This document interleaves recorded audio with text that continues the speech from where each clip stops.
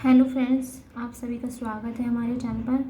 और हमारा जो टॉपिक है समाजशास्त्र के जो है उपागम, तो सोशोलॉजी अप्रोचेस चल रहे हैं। तो उसमें जो है सेकंड पार्ट है ये हमारा उत्पादन प्रणाली यानी mode of production. Mode of production कैसे होता है इसके बारे में आज हम जानेंगे। ठीक है, तो इसके उत्पादन प्रणाली के आधार पर मार्क्स ने 4 प्रकार के समाज का उल्लेख किया है। तो उन्होंने जो है मार्क्स ने 4 प्रकार के समाज के बारे में बताया है।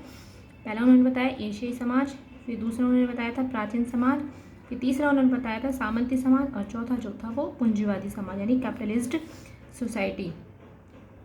तो स्वामित्व यानी ओनरशिप के आधार पर मार्क्स ने 4 प्रकार के समाज का उल्लेख किया है। ये स्वामित्व के आधार पर बताए हैं, और वो जो बताए हैं वो जो है मार्क्स ने एशियाई समाज ये सब जो है उत्पादन प्रणाली के आधार पर बताए हैं। तो स्वामित्व के आधार पर जो है 4 प्रकार के समाज हैं।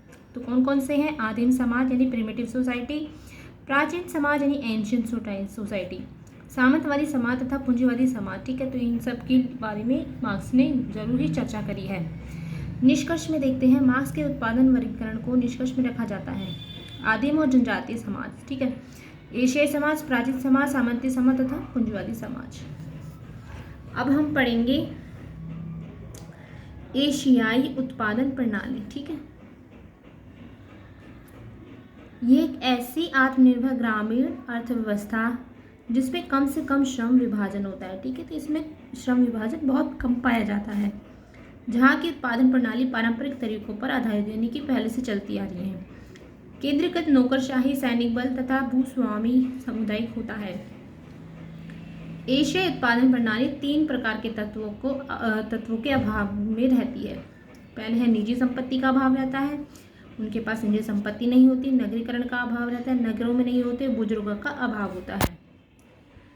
मार्क्स के शब्दों में जो है इनके अभाव के कारण ही एशिया में पूंजीवादी का जन्म नहीं हो पाया, और इस कारण जो है इनका जन्म पश्चिमी यूरोप में हुआ था। ठीक है, फिर नेक्स्ट देखते हैं लेविस हेनरी मॉर्गन ने, जो कि 1818 से 1881 तक तो अमेरिकी मानवशास्त्री हैं जिन्होंने परिवार और सभ्यता के विकास के बारे में वर्णन किया है। 1871 में इनकी एक पुस्तक आई थी, system of consanguinity and affinity of the human family ने मॉर्गन परिवार के उद्विकास के 5 स्तर बताए हैं। परिवार के उद्विकास के 5 स्तर बताए किसने? मॉर्गन ने बताया। तो चलिए देखते हैं वो कौन कौन से हैं। पहला है समृद्ध परिवार। यह आदिम साम्यवाद की अवस्था थी जिसमें परिवार का स्पष्टतः कोई चिन्ह ही नहीं था, यानी परिवार बने ही नहीं थे। कोई भी व्यक्ति किसी से भी संबंध स्थापित कर लेता था, तो ये समृद्ध परिवार होते। यहाँ तक कि भाई बहन में भी भेद नहीं था, तो ये समृद्ध परिवार में आते हैं। फिर है समूह परिवार। इसमें एक समूह का संबंध दूसरे समूह से होता था, एक समूह और दूसरे समूह जो है संबंधित होते थे। तीसरा है सिंडेसियम परिवार। इस अवस्था में विवाह तो एक ही स्त्री से होता था, लेकिन वह व्यक्ति परिवार की अन्य विवाह स्त्रियों से भी संबंध स्थापित कर लेता था। इसे सिंडेसियम परिवार कहते हैं। ऐसे क्वेश्चंस बन जाते हैं कि समृद्ध परिवार क्या होता है, समूह परिवार क्या होता है, सिंडेसियम परिवार क्या होता है, पितृसत्तात्मक परिवार क्या होता है, तो आपको पता होनी चाहिए। अब देखते हैं पितृसत्तात्मक परिवार। यह जो होता था वो असमानता पर आधारित होता था। ये देखिए, जिसमें पुरुष का महत्व अधिक पाया जाता था, तो पुरुष पर ज़्यादा बल दिया जाता है, यानी कि पुरुष का अधिकार ज़्यादा होता था। फिर एक विवाही परिवार। यह समानता पर आधारित होते हैं, इसमें स्त्री पुरुष को बराबर माना जाता था, जिसमें एक पुरुष का विवाह एक स्त्री से होता था, महिला से होता था। सन 1955 में अधिनियम आया था। 1955 में एक विवाह को जो है अनिवार्य माना गया था, जिसमें स्त्रियों की परिस्थिति में गुणात्मक परिवर्तन आया। ठीक है, नेक्स्ट है 1877 में प्रकाशित पुस्तक यानी एंशिएंट सोसाइटी में मॉर्गन ने सभ्यता संस्कृति के 3 उद्विकास बताए थे, 3 स्तर बताए थे। पूछा जाता है कई बार। पहली है जंगली स्तर, दूसरी है बर्बर स्तर, और तीसरी है सभ्यता स्तर। तो मॉर्गन ने बताए थे, याद रखिएगा, सभ्यता संस्कृति के 3 स्तर, जंगली, बर्बर और सभ्यता। ठीक है, अब हेनरी मॉर्गन के बारे में पढ़ते हैं। लेविस हेनरी मॉर्गन 1818 से 1881 तक रहे थे। अमरीकी जो हैं ये अमरीकी सांस्कृतिक मानवशास्त्र के जनक हैं। इन्होंने अमरीकी समाज के अध्ययन के आधार पर नातेदारी व्यवस्था का सर्वप्रथम जो है व्यक्तिगत रूप से वर्गीकरण किया था। आधुनिक राज्य के उद्भव में मॉर्गन जो है नातेदारी को प्रारंभिक स्वरूप मानते हैं।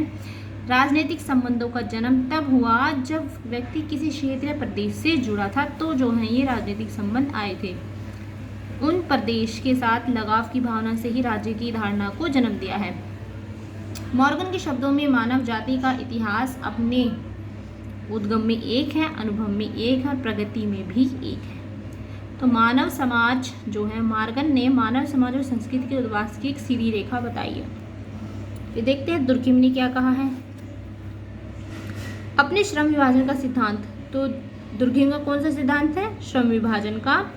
डिवीजन ऑफ लेबर में सामाजिक परिवर्तन की उद्विकासीय परंपरा को स्पष्ट करा है इन्होंने सामाजिक एकता के आधार पर दो प्रकार के समाज का वर्णन किया। इन्होंने दो प्रकार का समाज बताया था, कौन कौन सा? पूर्व औद्योगिक समाज और औद्योगिक समाज। हम पढ़ेंगे पहले पूर्व औद्योगिक समाज। इसे हम यांत्रिक समाज भी कहते हैं। यह समाज जो है यांत्रिकी एकता पाई जाती है इसमें, जिसमें व्यक्ति जो है प्रथाओं और परंपराओं से जुड़ा होता है। यांत्रिक परिवार में पूर्व औद्योगिक परिवार में जो था वो प्रथाओं और परंपराओं से जुड़ा हुआ था। इसमें सामूहिक चेतना का अधिक महत्व होता है। व्यक्ति जो है सामूहिक रूप से जुड़े हुए होते हैं। व्यक्ति का महत्व गौण तथा समूह का महत्व प्रमुख होता है। ठीक है। व्यक्ति द्वारा किया गया अपराध समूह में समाज के विरुद्ध भी अपराध माना जाता है। ठीक है। तो इसे जो है दमनात्मक कानून लॉ भी पाया जाता है। फिर पढ़ते हैं औद्योगिक समाज क्या होता है। दुर्खिम इसे सावयवी समाज कहते हैं। तो अगर आ जाए औद्योगिक समाज को और क्या कहा जाता है, तो आप इसे क्या लिखेंगे? सावयवी समाज। इस समाज में सावयवी एकता पाई जाती है। जनसंख्या तथा घनत्व बढ़ने के साथ साथ व्यक्ति की आवश्यकताएं भी बढ़ती हैं, जिससे समाज में श्रम विभाजन और विशेषीकरण पाया जाता है। अत्यधिक श्रम विभाजन और विशेषीकरण ही औद्योगिक यानी सावयवी समाज की विशेषता या औद्योगिकरण का रूप पाया जाता है। ठीक है। और इसमें जो है व्यक्तिगत चेतना पाई जाती है। ठीक है। इसमें व्यक्तिगत चेतना का महत्व बढ़ जाता है। सामूहिक चेतना शिथिल पड़ जाती है। व्यक्तिगत रूप से लोग ज़्यादा सोचते हैं।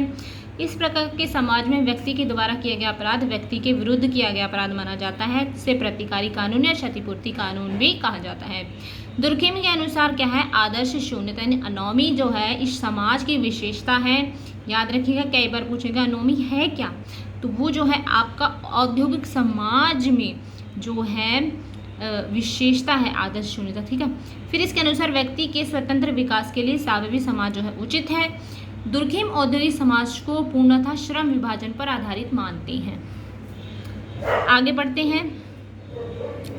दुर्खिम समाजी श्रम विभाजन को औद्योगिक समाज व सावयवी समाज की एकता का आधार मानते हैं। श्रम विभाजन की अवधारणा सर्वप्रथम अंग्रेजी अर्थशास्त्री एडम स्मिथ द्वारा प्रकाशित पुस्तक जो वेल्थ ऑफ नेशन जो कि 1766 में आई थी में जो है श्रम विभाजन का जनक एडम स्मिथ को माना गया है, जिसमें उन्होंने कहा है कि एक मामूली ऑल पिन बनाने में 16 लोग लगे हुए हैं। श्रम विभाजन को समाजशास्त्री साहित्य में दुर्खिम द्वारा लाया गया था, लेकिन जो अंततः समाज श्रम विभाजन का जनक जो है दुर्खिम को ही माना जाता है। चलिए अब देखते हैं श्रम विभाजन है क्या। दुर्खिम श्रम विभाजन के निम्नलिखित जो है वर्गीकरण करते हैं। पहला है सामान्य श्रम विभाजन। ठीक है। और दूसरा असामान्य श्रम विभाजन।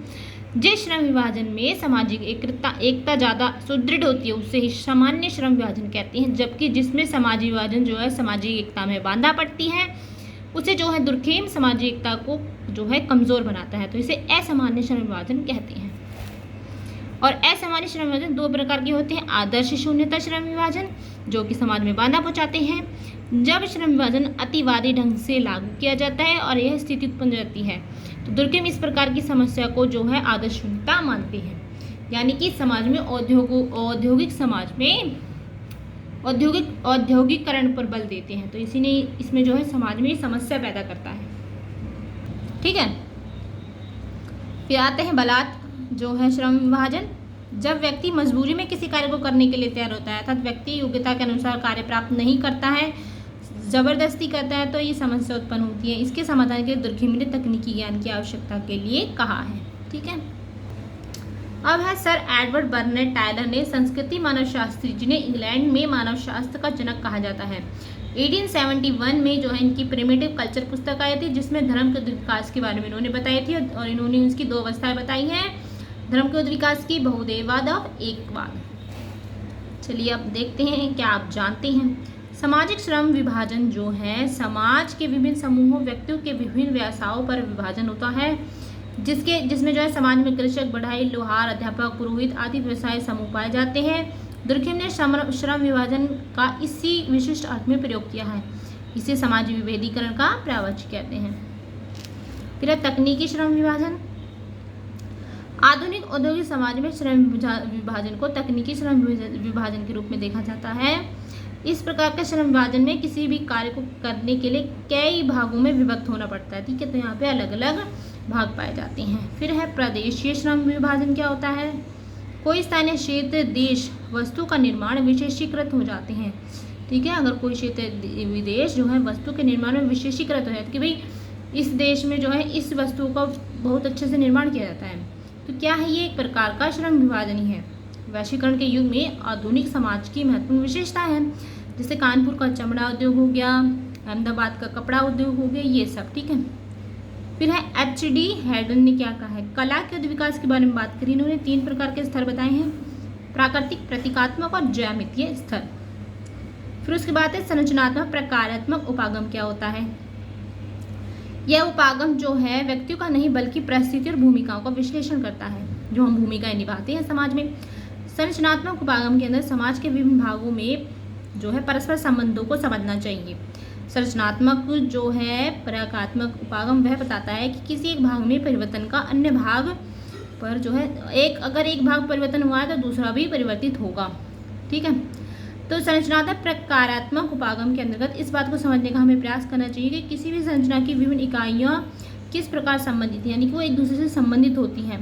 इस प्रकार ऐसी समन्वयकारी व्यवस्था का निर्माण करती हैं जिससे कि समाज जो है जटिल रूप बनता जाता है।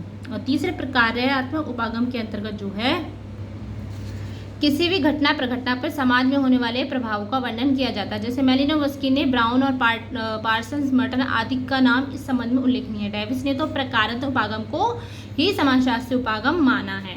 ठीक है, तो आगे आने वाली वीडियोज़ में हम नेक्स्ट करेंगे यहाँ से। ठीक है, तो ये इसका जो है पार्ट 3 भी बनेगा और पार्ट 4 भी बनेगा, तो ये काफ़ी लंबा जो है आपका लेक्चर बन जाएगा। तो थैंक यू सो मच इस वीडियो को देखने के लिए। आप सभी का बहुत बहुत धन्यवाद।